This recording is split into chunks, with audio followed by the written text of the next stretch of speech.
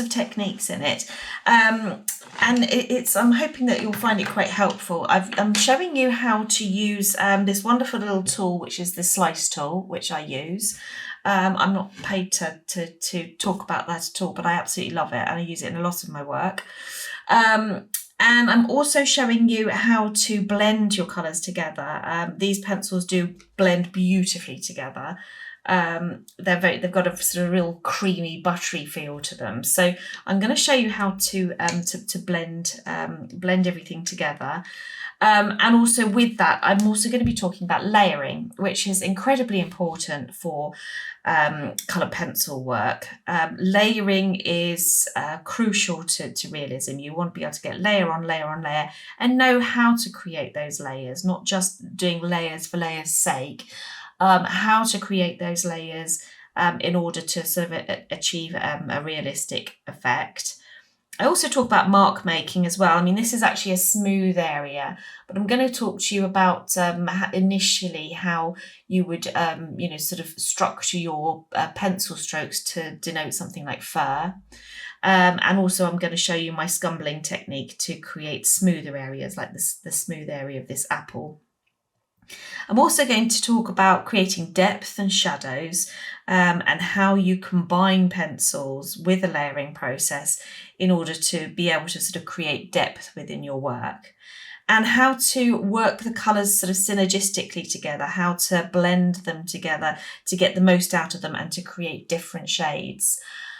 So hopefully you'll find this helpful, and I really enjoy doing it. And I hopefully it'll give you lots of ideas on what you can do with these pencils and how you can just get started without feeling too overwhelmed. We'll start with a nice simple subject like this apple and really get your confidence up and learn how to use them. So without further ado, let's get on with the tutorial. Right, hello everybody. I'm now going to show you just a few techniques that I use with the Caran luminance pencils. I use a wide range of techniques, to be honest. I don't tend to be terribly sort of rigid in, oh, I'm going to use this method and that method. It does really depend on what I'm drawing. I thought it was, quite a sort of a useful shape, really, particularly if you're starting out with colour pencils, is to sort of have a look at the shape of an apple. So if I'm just going to do like a little circle here in the shape of an apple. And I'm going to show you some techniques for getting sort of some smooth surfaces and also a little bit of texture as well. I will say that when I am doing my animal portraits, I use sort of a technique where you're sort of layering fur, sort of one stroke on top of the other like this. And I can put this here because it's an early layer. So I'm sort of layering one stroke on top of the other. And then I'm coming along with the next colour and feeding in between these little lines. Now, usually if I'm working with my pet portraits and my wildlife art, I wouldn't be looking at too many smooth surfaces, apart from perhaps sort of noses and in the centre of the eyes and so on. I'm generally working with fur. So just to give you an example, before I actually sort of start on the apple, I don't mind doing it on a base layer of the apple because it'll add to the texture. So when I'm working with fur, I'm going to be sort of using little sort of techniques like this, sort of one stroke on top of the other, just very lightly sort of lifting my pencil from the bottom of the page like this, sort of one stroke on top of the other. I'm sure there's a fancy name for that. That's just my little furry stroke that I use. And then by doing that, you'll see that I've left some gaps in between. Let's just get you a bit closer.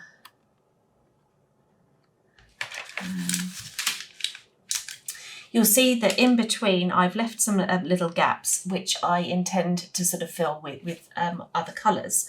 So for instance, I'm going to use the colours that I'm going to be using in this apple in a minute. This is the Caran brown. And this is going to be a great shadow colour, and I'll talk about that in a minute. But sort of, talking about fur, sort of looking, sort of how I would work fur would be sort of like using lots of little sort of textured strokes like this. And I'd be using the sort of lots of different colours within the within the shadowy areas like I am here. So I'm obviously sort of using, even though it's going to be a green apple, I'm going to be using some darker colours to denote the shade to give it its spherical 3D shape. So also the other colour that I would use would be, the Prussian blue. As I've said before, the Prussian blue works really well with the black to create a really nice deep colour. So sort of using that on top is going to sort of create a little bit of shade. Now, if I'm just showing you the sort of technique and the type of sort of mark making that I would do for fur just initially, but obviously this is an apple, so this is smooth. So at some stage I'm going to have to start sort of being a little bit smoother with it, but that would be the sort of technique that I would use. And then I would sort of have to be a little bit more definite and really create some of the little depthy bits inside the fur, sort of all the little, when you've got lighter fur on top, and then you'd have the sort of the slightly darker bits in between.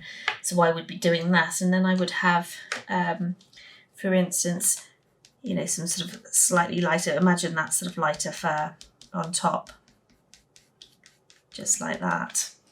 Okay, so that's one of the techniques that I would use. But obviously, as I say, now we're sort of thinking about this as a spherical, smooth shape. I'm going to be looking at the piece as a whole. So looking at the direction of the light, I'm going to have the direction of the light coming this way. I've just taken a photograph of an apple, one of my apples. And the light is coming here, and we know that there's a really sort of a nice big sort of area here where there's a really nice reflection, and we want to, that's going to be crucial to sort of helping us create a 3D spherical shape. So you can't really see what I'm doing here, but I am layering down some white because I want to protect that sort of little area where the highlight's going to be. So what I would do next is possibly sort of just cut around that highlight, wherever I want the highlight to be. It doesn't have to be exact. I mean, this is not like a proper tutorial on how to draw an apple. It's more sort of showing you some of the techniques that I use. So one of the first things that I would do is sort of draw around an area that I want to be the reflection, just so that I can kind of keep that, sort of preserve that really. So we're going to go for that as a sort of a general reflection. And in fact, actually, there's going to be a little bit more of a sort of a reflection that's not quite as bright here as well. So I'm going to pop that in. So all I've done is just basically use the lime green, it's the spring green, sorry. The other thing that I want to do is sort of work out exactly where my depth areas are and where my areas of sort of bright and vibrant colours are going to be. So this is going to be quite a vibrant area. We are going to colour it with more green than is going to be in our highlight area there. But I'm just going to give it a base layer of white to start with. And again, as I say, this is not something that you will see to start with, but it will, I don't mind a bit of other colours getting mixed in. This is layer one of many, probably about 30. So I'm really not worried about sort of making a mess on the early stages, other than preserving the white area, obviously. So looking at sort of this whole area here being in the light, so obviously the light's coming from this direction, and I want to make sure that the light's there and that we've got some sort of deep dark shadows there, and then this is in shade, but it's not quite as much in shade as the shadowy bits. So I'm just giving that another layer too, and the sort of light comes up here. And the idea of putting the white down in the first place is to make sure that it's kind of sitting underneath everything else, so that when something else goes on top of it, it doesn't go, like for instance, completely dark. It will mix in with this nice sort of layer of white that I've been doing.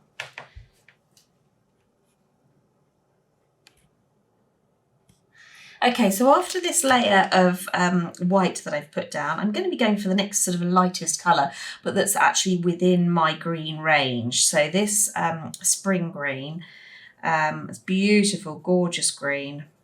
And I'm just going to be using that. So this would be called something like a, sort of a scumbling mark. I'm just doing tiny little circles really.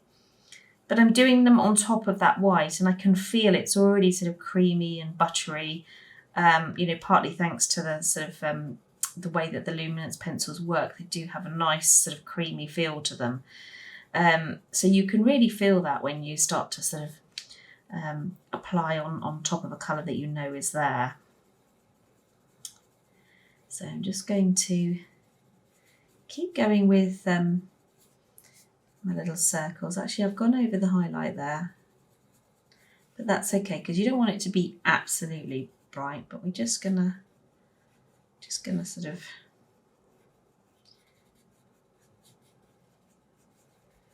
work around it a little bit more so we can make sure that we don't put any more. You don't want just totally white there anyway, so happy accidents and all that.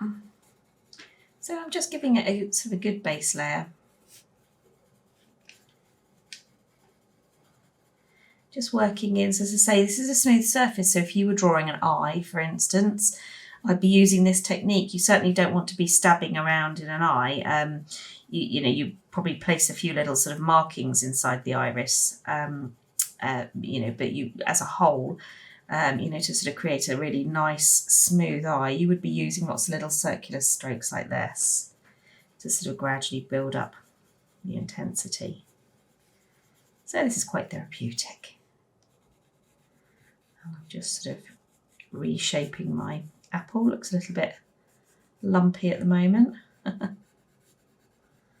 that. Okay. So the next thing that I would do is, I've not put white in this area because this is in shadow, but it's still a green apple, regardless of it being in shade. So I'm going to be using, I say, my little circular strokes just in here, just to get some green in.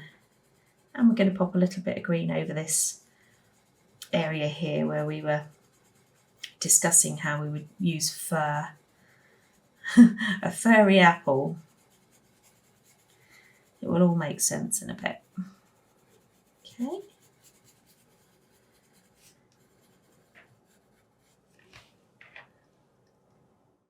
So I do kind of naturally work dark to light, which doesn't always help because you can't really do that in colour pencils. But I'm using this, I do sort of naturally want to get my shady areas in first. So I'm going to go for this grass green that I've got. And I'm just going to start sort of playing. Obviously we did some sort of fairy strokes in there, but that's okay. We can start to sort of really build on top of that with this grass green. And again, I'd be using, some of that sort of scumbling movements that we did before.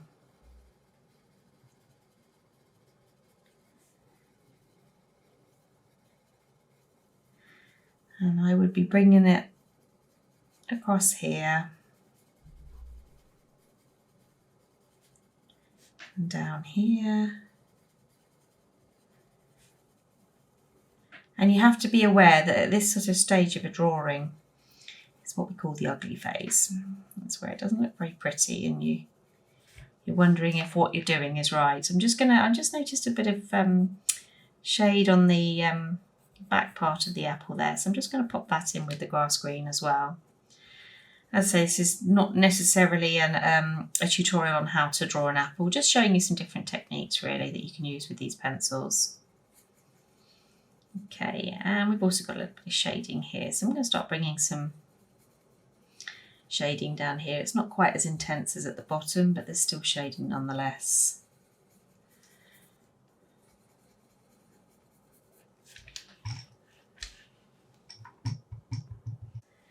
Going to be working on lots of layers around here. The other little thing that I would do is obviously, it's not completely smooth, this apple. So rather than sort of, I didn't, before when I was doing sort of a very smooth layer, my pencil wasn't really leaving the paper. But if you want to do a little bit of texture, a little bit of sort of movement, you can just do some tiny little marks, not too hard. But this is just to sort of show some of the some of the little marks that you get in an apple in the skin. Less so as you get towards the edge.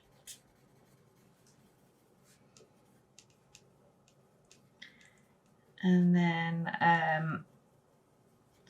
some of that there. And I'm going to bring a little bit in here as well. And I'm still leaving room, you know, there's still like little pockets where we can put some other colours in and intensify it.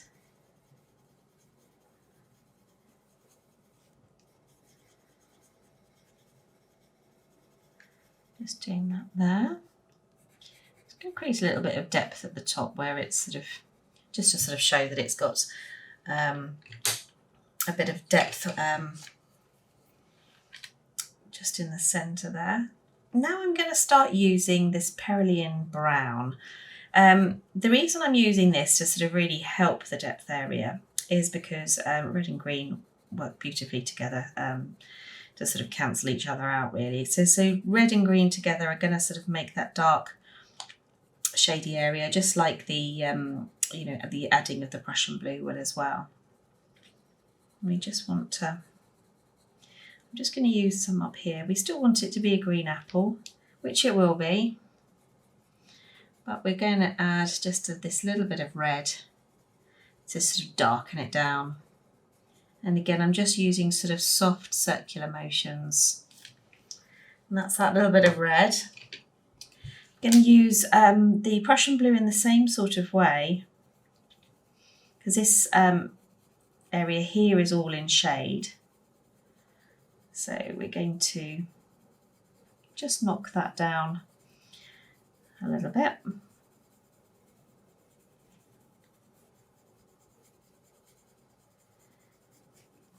And there are lots of tiny little white marks on top of this apple. I think it's a Granny Smith. And but I'm gonna show you my little trick for doing those at the end. But we need to have enough pigment down before we can do that. So just working it. And we've got a little bit of shading and so on here. And at the moment it is looking very basic, but that's where the layers come in. So for me, you know, one of the things that I love most about the luminance is the way they layer beautifully together. Can you see how you, in this section here, you can still see the browns, the Cerulean brown that I've put in, you can see the grass green, you've got little bits of the spring green coming through, you've got the grass green, the Prussian blue and so on, all kind of working together at this stage, which gives it a really nice glow. So I'm going to just pop a little bit of yellow, so a little bit of lemon yellow, because there's just on this side, there's a sort of a slight reflection coming in from the other direction. And can you see how beautifully that is blending with all those colours that are there? And can you see how it's intensifying them as well? And that is a beautiful, beautiful quality. So there's this little bit of sort of light. It's still in the shade, but it's sort of a vibrant part of the shade. Just coming through here.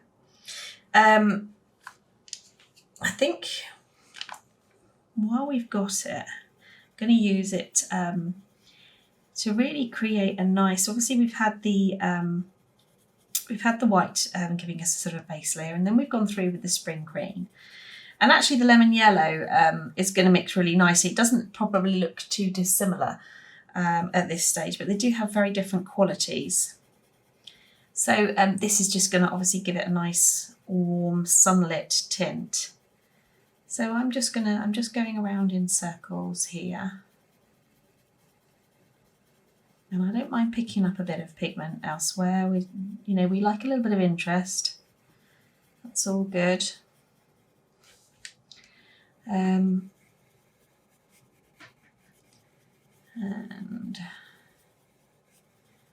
just giving that a really nice going over. And even though this area is in the shade, I want there to be a nice transition from the dark into the light. So I'm going to be sort of slightly blending this lemon yellow over there. Okay, so I'm going to come back to my grass green, and I'm just going to pop a little bit in here. It's sort of slight shadow, but not too much. And then I'm going to give it another layer of this grass green. Just in here. So I'm going to work it in. And I'm going to show you some little things that we can do to create much more intensity than we've got at the moment. I'm going to use the grass green now. Now we've got some white on this base layers, and then we've got the lemon, then we've got the spring green, and then we've got some nice lemon yellow. So now I'm just going to come back over it with the grass green, but it's not going to lay down as it did over here because we've got that nice sort of buttery layer underneath, and it's picking up a little bit of texture as we go as well. So that's all going to sort of add to the texture that you're going to sort of see in the apple.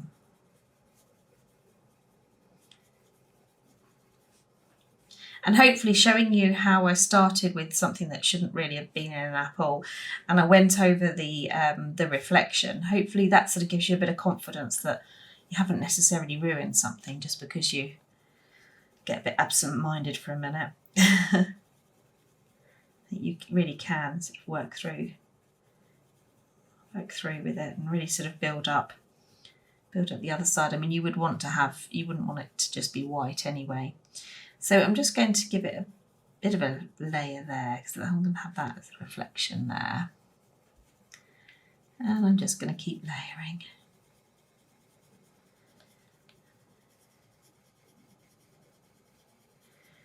Really sort of working it. Now in a minute I am going to be doing some blending, and by blending it, it's going to really intensify it. But I only want to do that once I've got enough, once I've got a decent layer in there. There's no point doing it too soon because you want lots of layers that are all intermingling rather than just a few because you've got impatient, which is easily done, I know. Okay, I'm going to give it another layer of the yellow. Really just to make sure that particularly in this area around the highlight that we're keeping it really nice and vibrant. And it's very sunshiny on top here. There's lights coming from that direction. That's the absolute peak highlight. But on the top here as well, we've got a nice warm glow to the green, which is where this lemon yellow is coming into its own.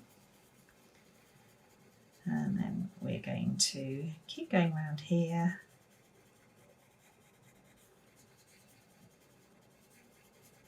It can be very therapeutic. I do love doing smooth areas.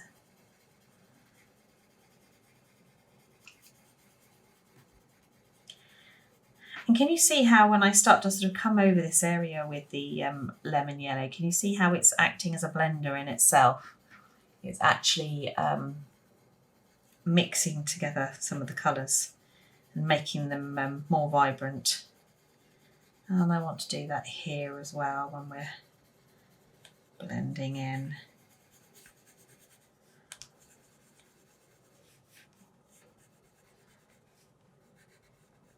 Lopsided apple at the moment. Let's just even it out.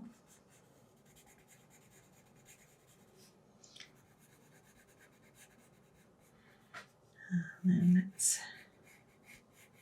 just using a bit of yellow on the top there, a bit of artistic license there, and doing that. So I'm now going to just do another couple of layers, just going to do a couple of little sort of dots in white. I'm not going to worry about these too much because I'm actually going to show you a technique for sort of picking out highlights. But I just want to add to this sort of texture.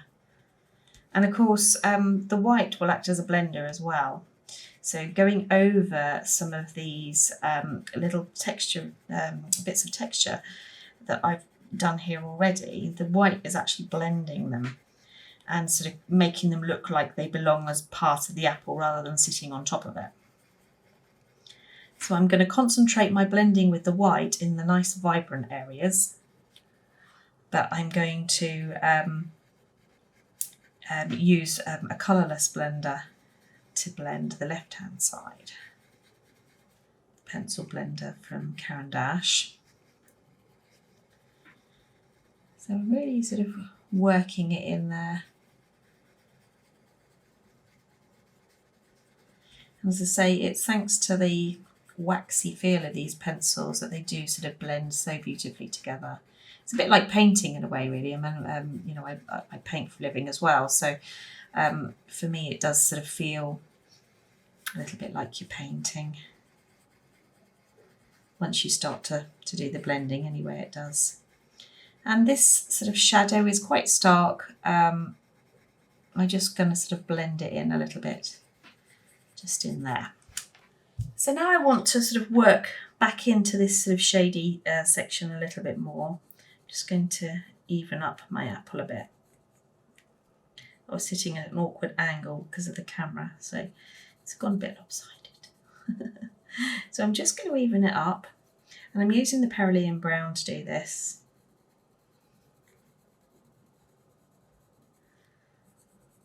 And then I'm going to sit it there. Just again, you know, using lots of little circles. And while I've got the Cerulean brown in my hand, I'm just going to be doing lots of little circles in here just to intensify this shadowy area that we've got going on.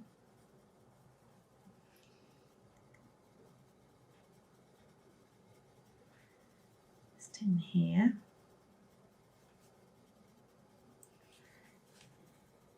And it sort of comes up to there, doesn't it?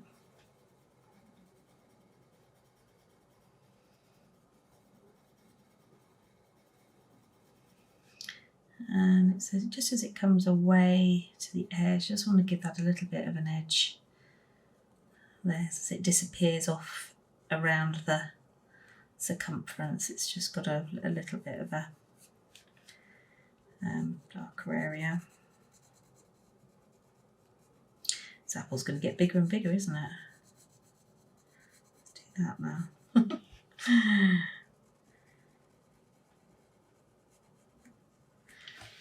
Okay, so that's the Cerulean brown that I've put in, but I do find that the Prussian blue as well works really, really well.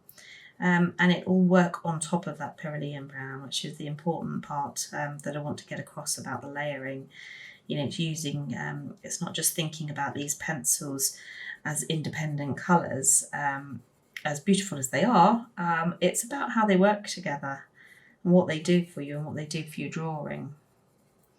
So this Cerulean brown, this Prussian blue, I should say, you know, is going to be quite a nice sort of colour to have up here. And I'm going to work it in quite a lot of depth in this section. We've also got a bit of depth just as we come out of the deepest, darkest part of the shade there.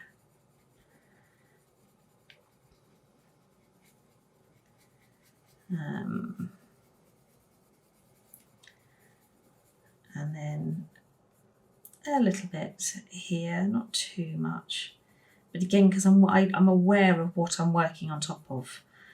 You know, it's worth sort of thinking about, right, what did I put on this? What did I place on this layer initially? And I know that there was lots of sort of creamy whites and lemon yellows and so on. Okay.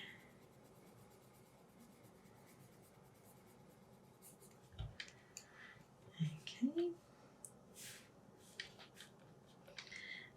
Let's pop a little bit more just at this bottom section in here. So really working them together. Obviously, just a quick note about what papers that you're using. you are going to have a different effect depending on the paper that you will use with these pencils. They work beautifully on any sort of paper. So to give you an example, I use drafting film very well with them.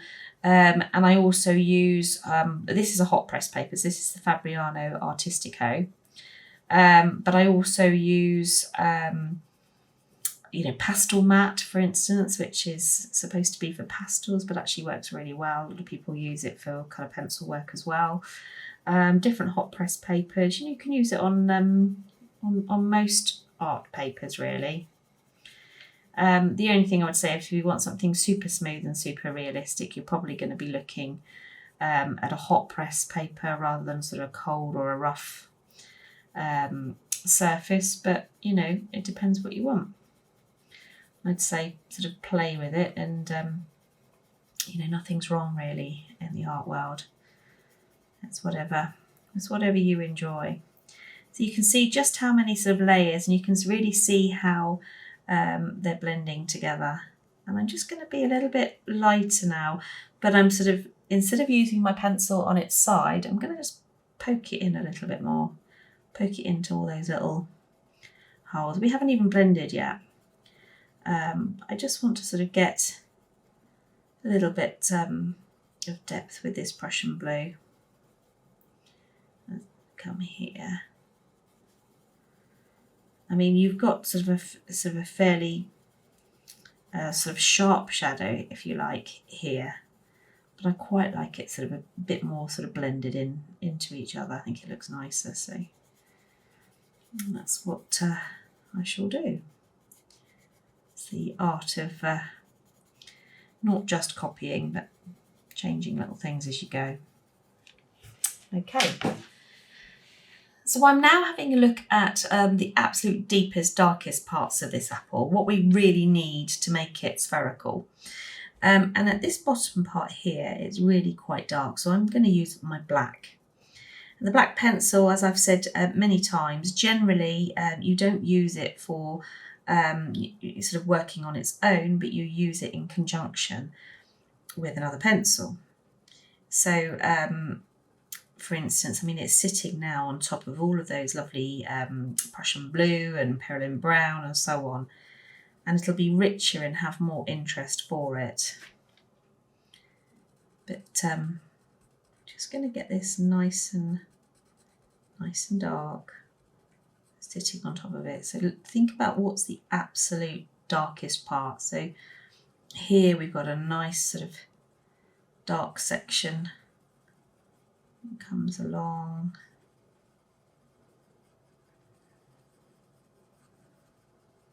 Just going to pop that in there.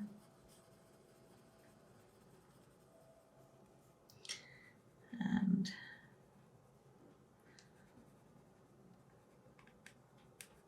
putting a little bit in there. I think we could do with another layer of spring green before we do too much more sort of a blending. It'll blend in itself as well. So again, I'm just going to be using this as a nice sort of circular motion, and as it comes over, as it starts to sort of overlap the shadows, it looks like it's sort of transitioning from one colour to another.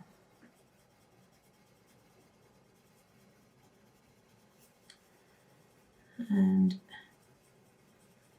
just really getting, you can see there's a couple of little sort of stray bits of pencil sitting on the surface. You can just get a little putty eraser and get rid of those in a moment.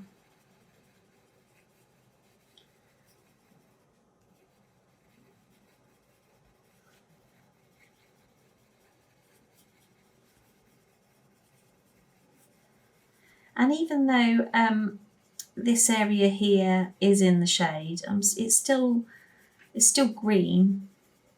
It's still an apple. So I'm going to be using this spring green just to pop a little bit over here as well, just so it's a bit more sort of cohesive.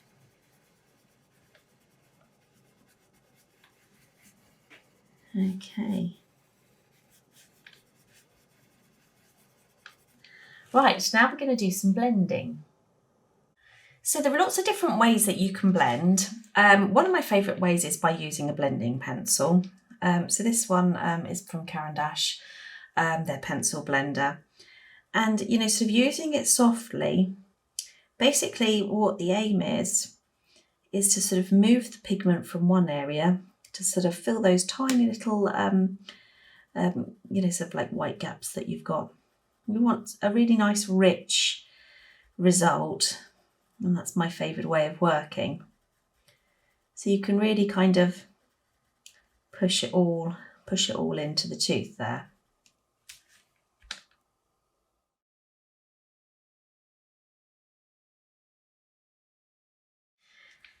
If you haven't got a pencil blender to hand, but you've got sort of one of these little rice paper stumps, they also work really quite well as well. So you can use that. Really sort of, you know, basically doing exactly the same, sort of pushing the pigment into the surrounding areas and blending the colours. And there's also, you could use perhaps a cotton bud. A lot of people use a cotton bud, so that sort of mixes it around. And again, because these pencils are so nice and waxy and creamy, they do blend beautifully together. You need to sort of apply a bit more pressure with the cotton bud, I find.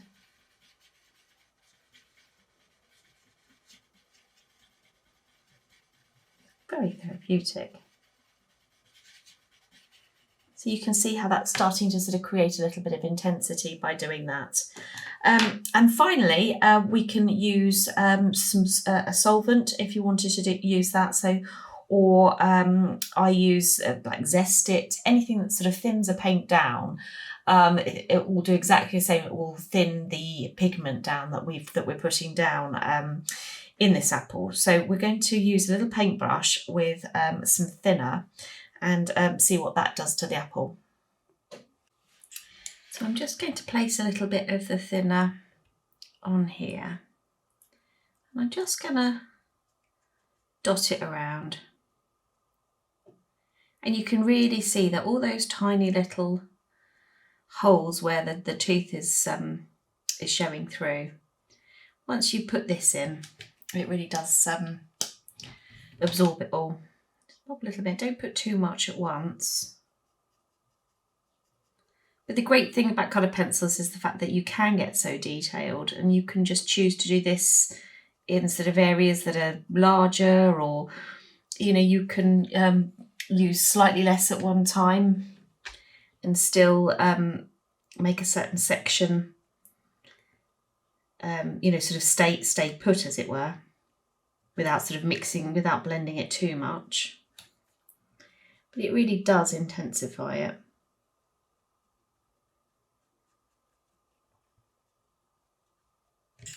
And once it's dry, the great thing is you can go over it again with more layers. This is sort of creating a nice little base layer.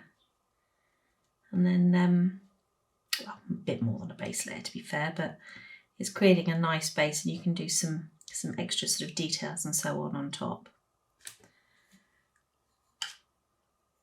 Have a little piece of kitchen towel to one side just to sort of dot off any excess.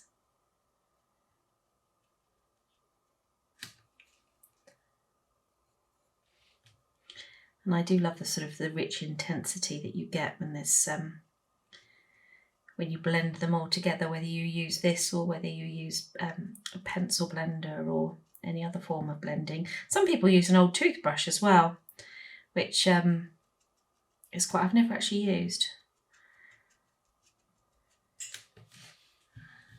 Got Rosie my dog's toothbrush, but I don't think she'd be very happy about that.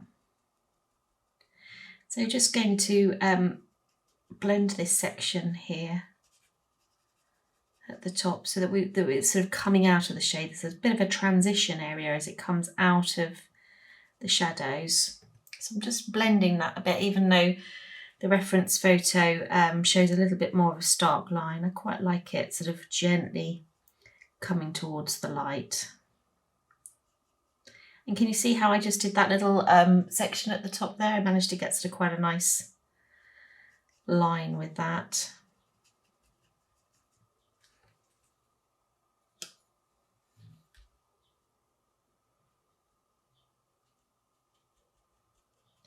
The only thing when you do this is you do have to sort of let it completely dry before you add more layers on top.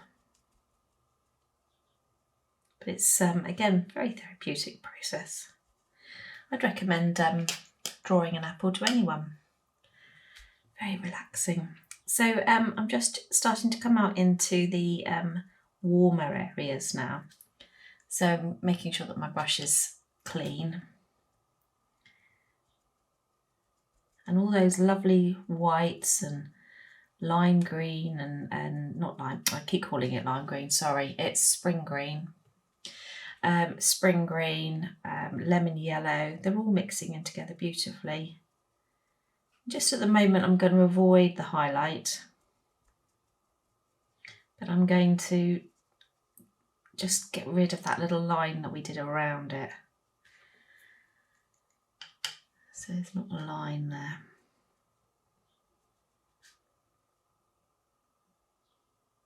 And that's the great thing about using sort of odorless mineral spirits to blend, is that you can get rid of, so if you've done a sort of a harsh line that you didn't actually mean to do, it helps get rid of it.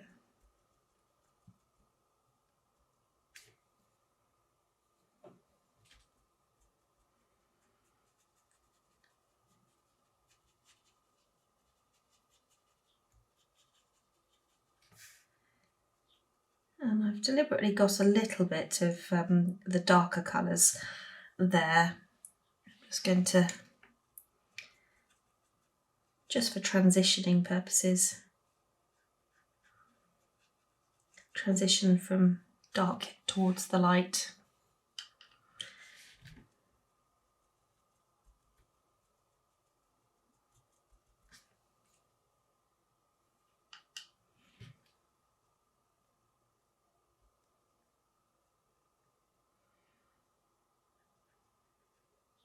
You'll find this will really give it a really nice rich feel.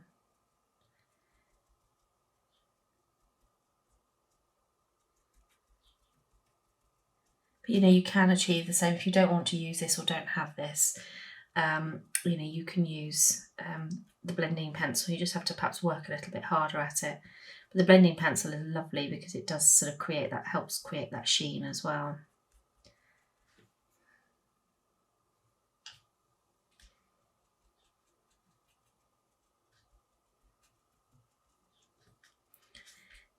It can be tempting to go overboard with it.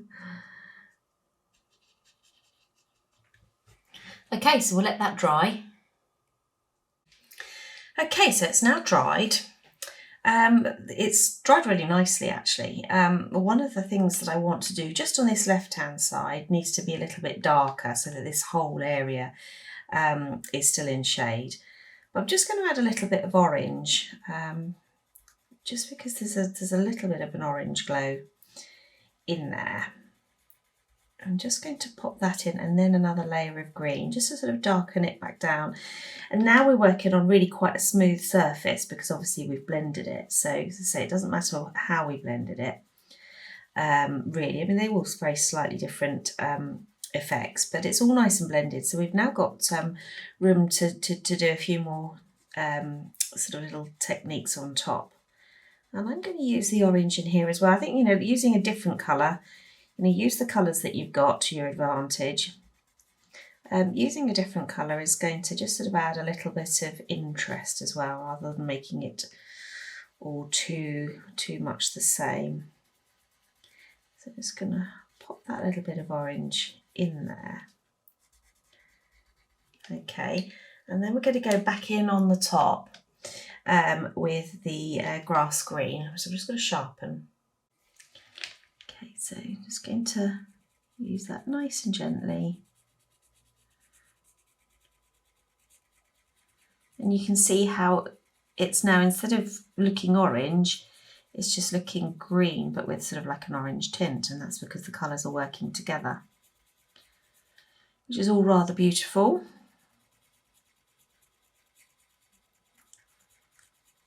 It does feel really nice to work on now that it's been blended. Nice and smooth. You're not fighting against the tooth so much anymore. And I'm just coming in with this grass green just everywhere. Get a nice little sort of smooth look, and I'm still working in circles, so we're creating a bit of difference. We're not it's not all going to look the same.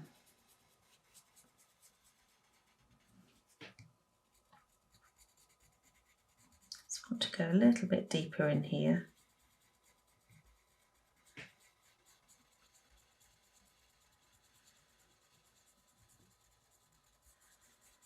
And up here. I'll pop a bit of yellow. Actually, no, let's go for a bit of the spring green to start with, just here. Let's give it another layer of that.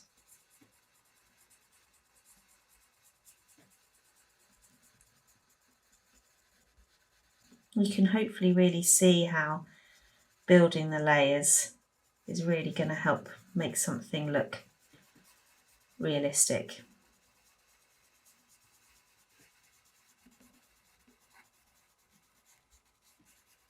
Putting a little bit, little touch in there because it's not completely dark in this section here. There's a little bit of a secondary reflection. Popping some in there. And say it's quite a different feel to work with once it's been blended. You're sort of adding sort of top level stuff now. Top layers, you know.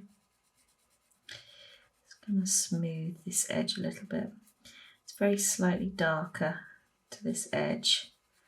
Just going to press a little bit harder there.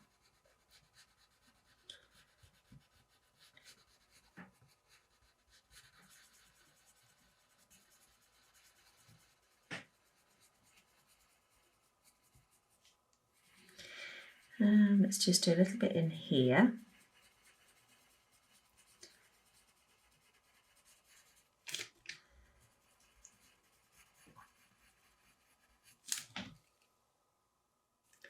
And pop a little bit at the top here as well.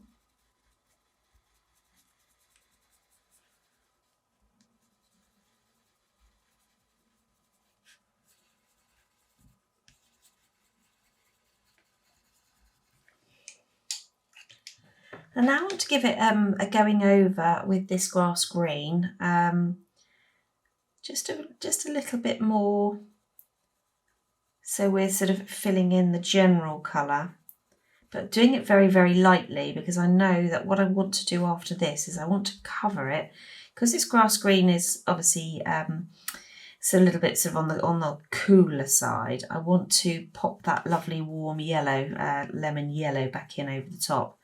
So I'm just working super lightly, but I do just want it to look a little bit more green than yellow as it does at the moment. And all those tiny little sort of flecks that we're going to put in, we're going to do something different for that. So don't worry about that at the moment. But yeah, just working. And where I'm working in circles as well, I'm adding that little bit of texture in there so that it's more interesting to look at. So it's not just one big colour all in.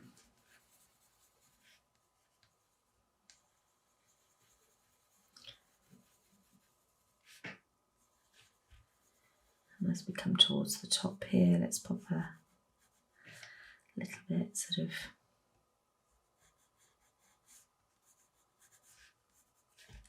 a bit further in there.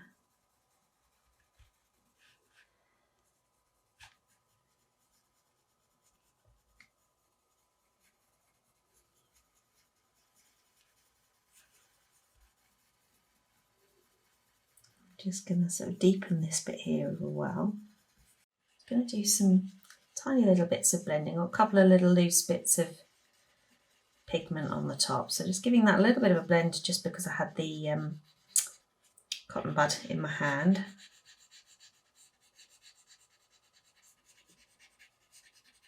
Okay, so already we've got some of that yellow back that we didn't have before.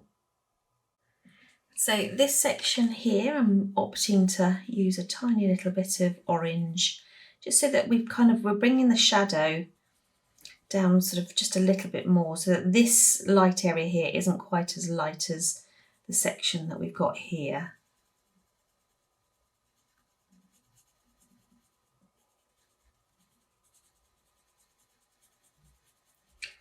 I'm just going to pop that in just in here.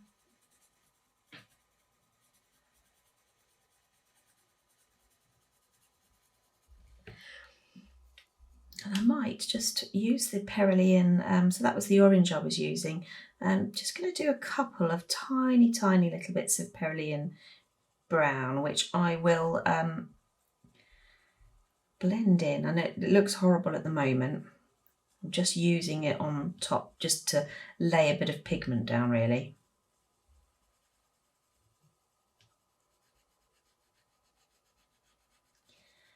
And to get a little bit more depth. So obviously when you've blended, very often you lose some of the intensity in your sort of deepest, darkest areas. So by using something like the Perylene brown, you can just sort of intensify that again, just to sort of really create that depth. Pop a little bit in there as well, just this side of the shadow.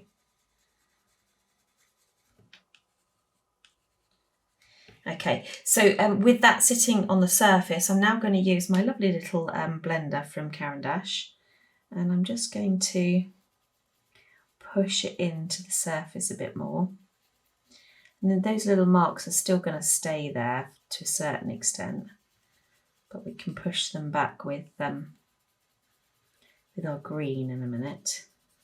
And you can see that we're getting to the top level because obviously like tiny little bits of pencil pigment are coming to the surface, and that's okay. That tells me that we're nearly finished, nearly at our top layer. And if you've got a little putty rubber, you can just sort of pick them up like that quite easily. Careful not to take too much pigment with it. Okay. And then just to sort of get that green to go back, so obviously we've got a nice little orange tint there now from the orange that we put in and a bit of the Perylene. I'm just going to sort of sink that in with the spring green, because it also, not only will the spring green make it a little bit more green, it will also act as a blender and just sort of push some of those marks further into the surface of the apple.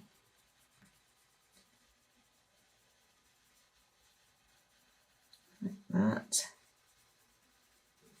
And then I think while I've got it in my hand, I'm just sort of pushing another layer of this spring green around the apple. I'm picking up quite a bit of pencil sort of dust now, and that's fine.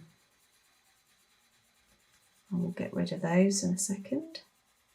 But this is really nice, using this as a blender, not just your blending pencils or your other blending tools. It's lovely to be able to use the other pencils to be able to sort of blend with it. Now I'm just going to very gently go over this highlight with the spring green. We still want it nice and light, but you know, it doesn't have to be bright white.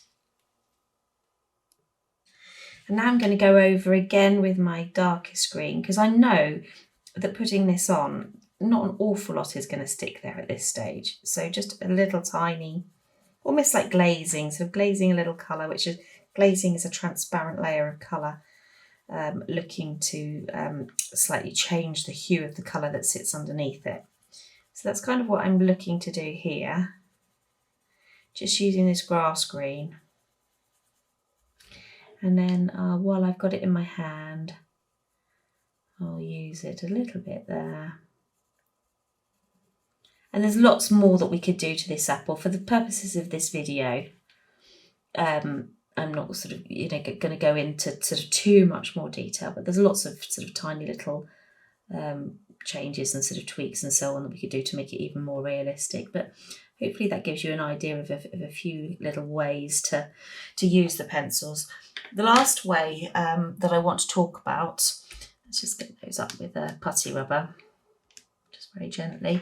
The last way that I want to talk about is to use a little tool like I've got here, which is a slice ceramic tool. You can get lots of ceramic knives, from craft shops and so on, and online. But it does work particularly well with the luminance, I think, because of the creaminess of the pencil markings.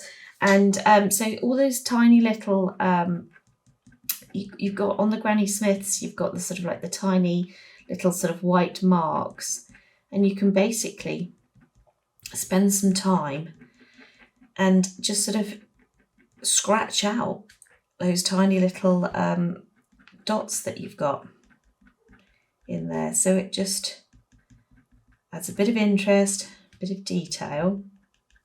So all I'm doing at the moment is just scratching, and because it's blended so beautifully, and because there's enough layer there as well, if you try and do this too soon, you're scraping at nothing. So it is really best to only use this once you've got plenty of pigment there to scrape away.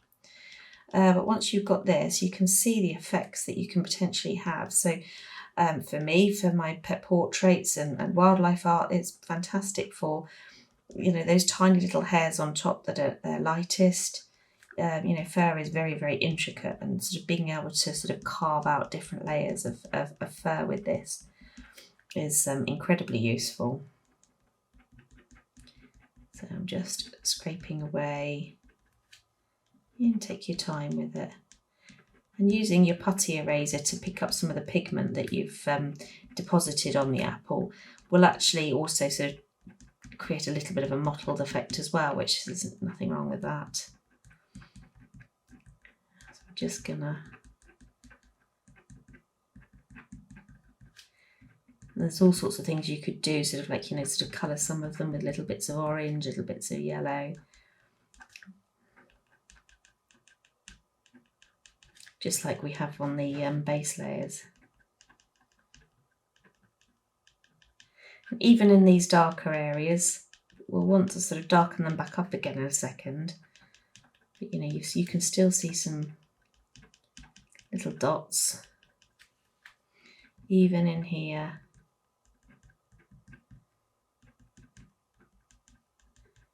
Doesn't have to be exactly what you see, but just roughly. And then here you've got some sort of slightly bigger marks.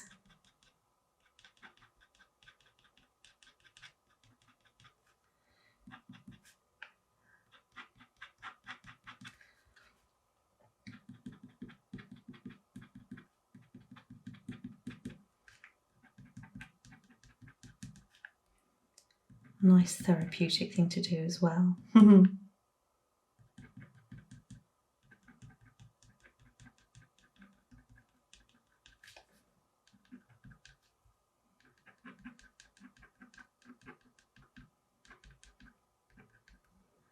You can really choose how big you want that sort of whole sort of highlighted area. We might come in and make it just slightly smaller, but it's better to have it bigger to start with. And I'm finding it not quite as easy to scratch away this here, and I think it's because I did more layers there, but that's okay.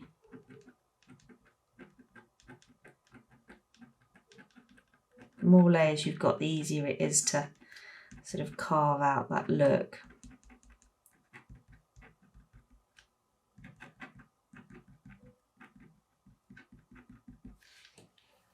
Okay, so we'll just use a putty eraser to pick up the little loose bits of pigment.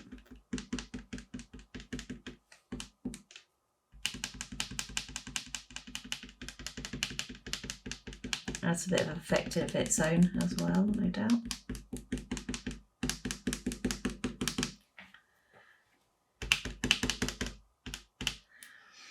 And then you can kind of think, well, actually in the areas here that are slightly more in the shade, I'm just going to sharpen the blender.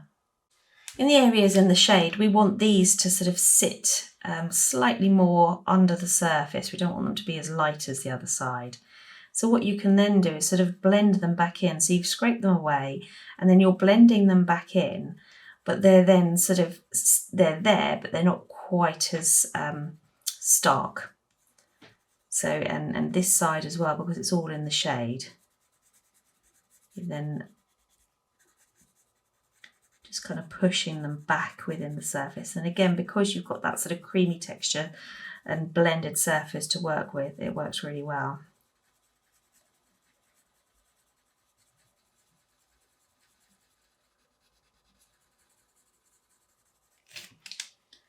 And then we'll just get rid of some of those.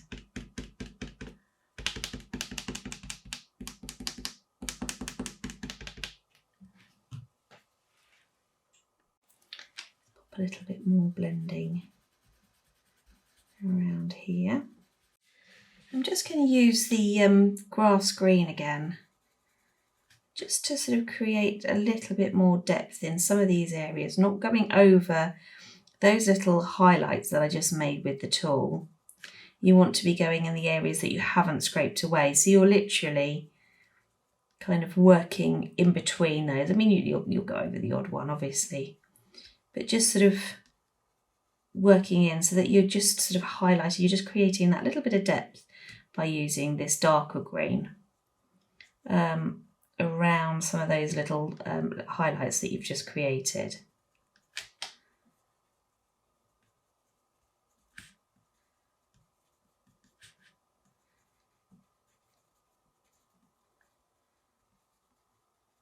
Just creating the depth either side, to sort of make them stand out a bit more. Let's go over that bit as well there.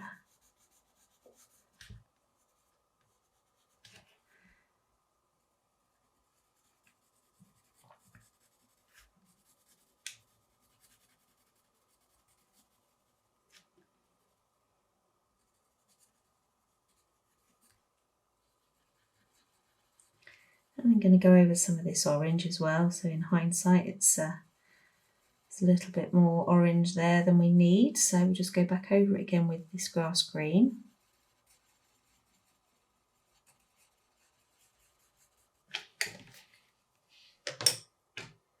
And then I'm just going to move that in a little bit with this little cotton bud.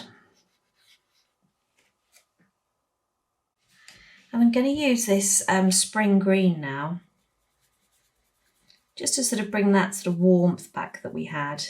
In fact, actually, before I do that, I'm going to just go over some of these little lights that we created with the white, just to sort of re-emphasize them, particularly in the areas where the sun is shining the hardest. And again, we're just going to go over this sort of reflection a little bit. And you can actually see the white now, because obviously you're working over the green. And while it's, you know, sort of lightening those tiny little sort of speckledy marks that we're making, it's also blending as well. So that the white is a great blender. I would say, you know, you'd use the sort of the white for light, you know, for blending lighter colours, and the pencils and the other methods for some of the darker areas. Although you'd use the other methods for light areas as well sometimes, but generally as a rule, you can use the white for the brighter areas. And I'm just going to come over a little bit, just sort of with the white, but sort of bringing some of this pigment in just in here.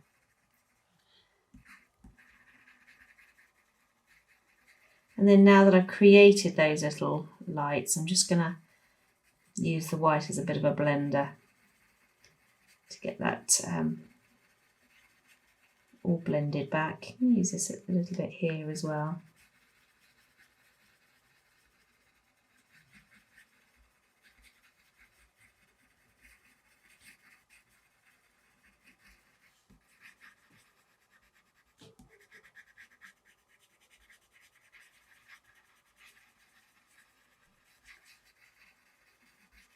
And in here. Just as we come over here as well, just using a little bit of white because it sort of gets a bit cooler as it goes off into the top left there. I'm just going to add some yellow, some lemon yellow back in.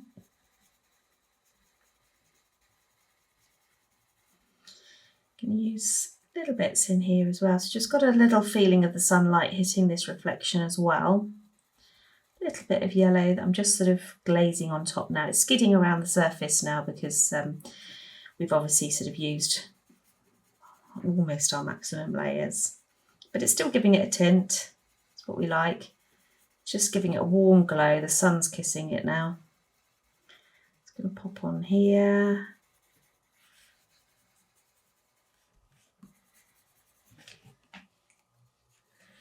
And over there, and then if you want to, you can use sort of the white again in places,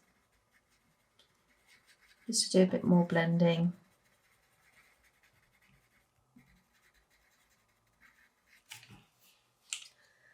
And then we just get rid of those last little bits of pigment. I'm just going to tidy up this apple a bit. It's a bit scruffy around the edges. This is the sort of thing that I do after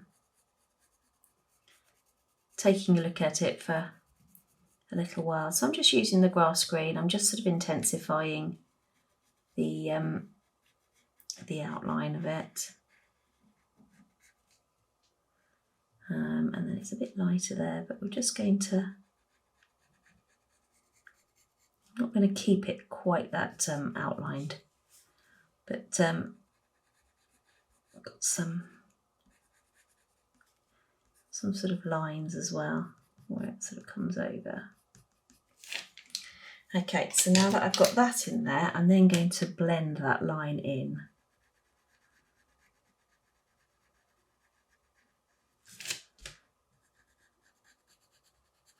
So that it's not too, what I call outliney. So blending it right into the surface of the apple, so it looks like it belongs there.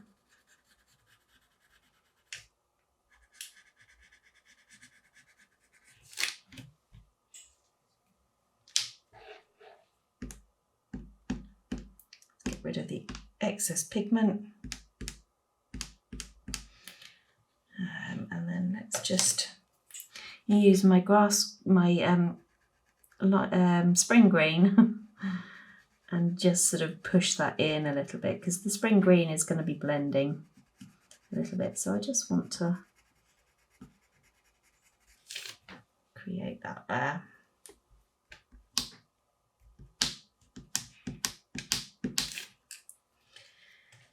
And there's a bit of a line there still. So what I'm going to do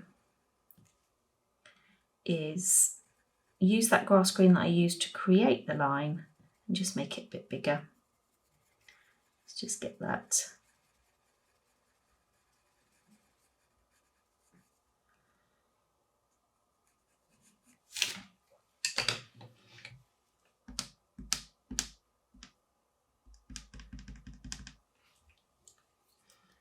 And the other thing you can do if you want to, just tidy it up even further. Just sort of scrape it away a little bit there.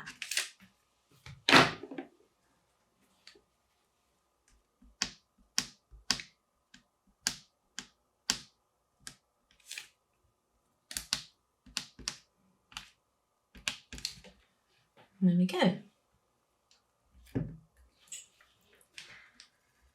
Just use the blending pencil now, just to make sure that that's as integral a part of the apple as the rest of it is.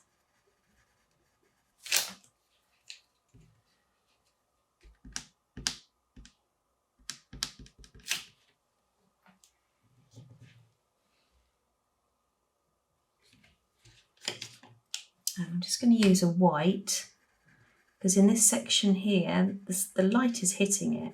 It's not quite as warm because it's going off into the distance, and I'm really pressing quite hard now because we are at the edge of the capabilities of this paper to take much more.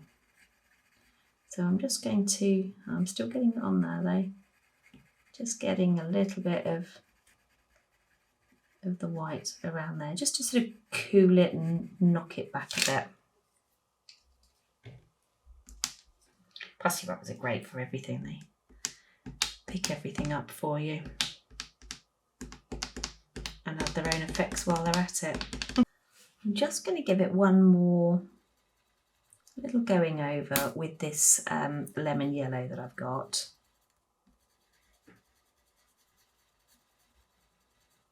Really sort of working in that transition between the shaded area and the area that we've got, and obviously a little bit of sort of warmth here, warmth at the top.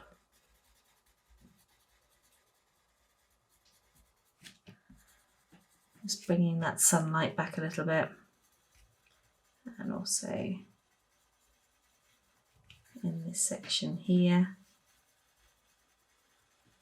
just making those transitions a little bit more smooth. As I say, because of the creamy butteriness of the of these pencils, you can do that.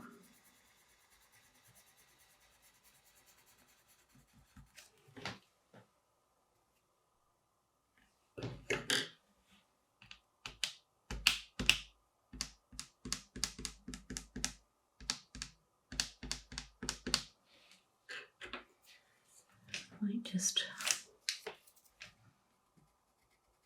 just going to pop a little bit of the yellow in here as well, just because it's standing out a little bit too much to me at the moment.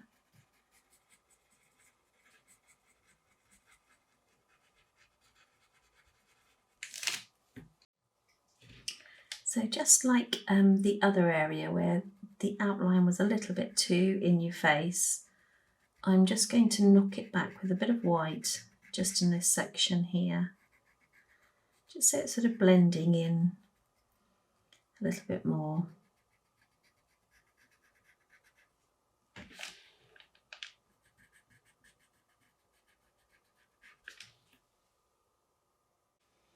And I'm just going to pop a couple of tiny little whites in here where we scraped them out, just a couple.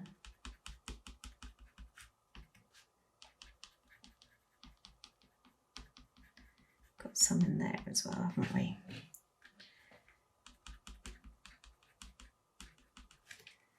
And then I'm just going to give it an overall coating. There's a bit of a sheen this side where the sort of secondary light, reflected light, is sort of coming down here a little bit. So I'm just going to use the white to create that.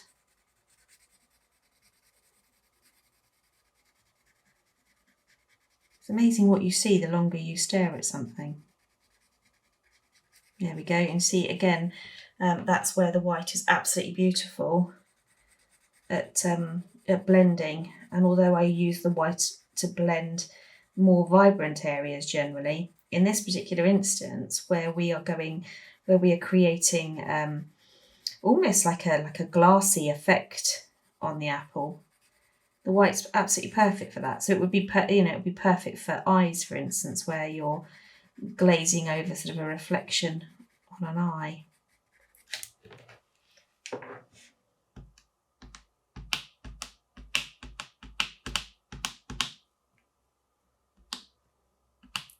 These putty rubbers go on forever. Don't know how they keep it all so clean. And I'm just going to do the same again this side. Just sort of stroking in that outer edge so it's not too hard. Stroking it in with the white. Really sort of letting these soften off back into the distance.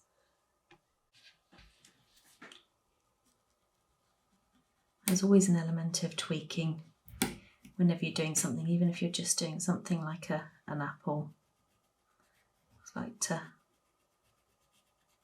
take a little step back and think about ways that you can improve it.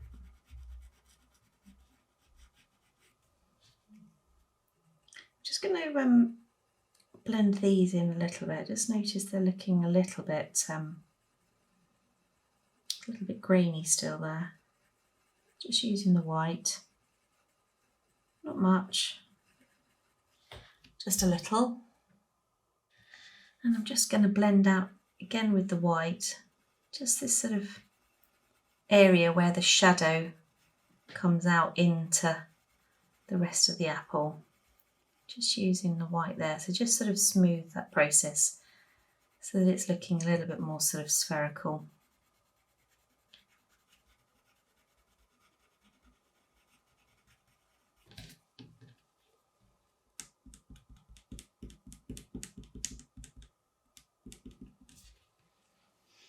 And there we have an apple.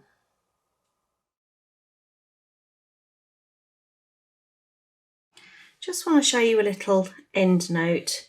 Had a couple of days to sort of think about it and look back at it. And this shading here that I've got at the back isn't quite right. So I'm just going to disguise it a bit. I've gone over it with the white. I'm just going to do sort of maybe just a general sort of dip that goes up there with the Perulian brown. Cover it over again with the grass green.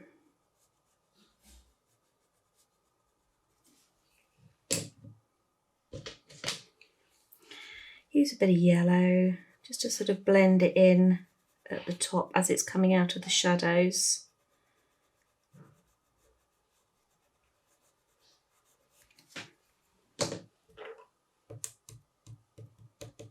And so the putty rubber keeps going. Practically done another portrait since then. So that just looks a little bit more natural, doesn't it? It looked a bit odd before.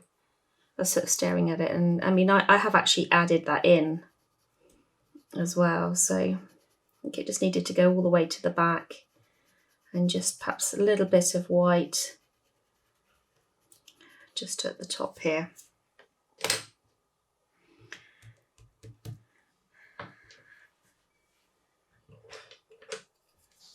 Maybe just using a bit of Prussian just to take away some of the little milky look in there. And there we go. There we do have an apple.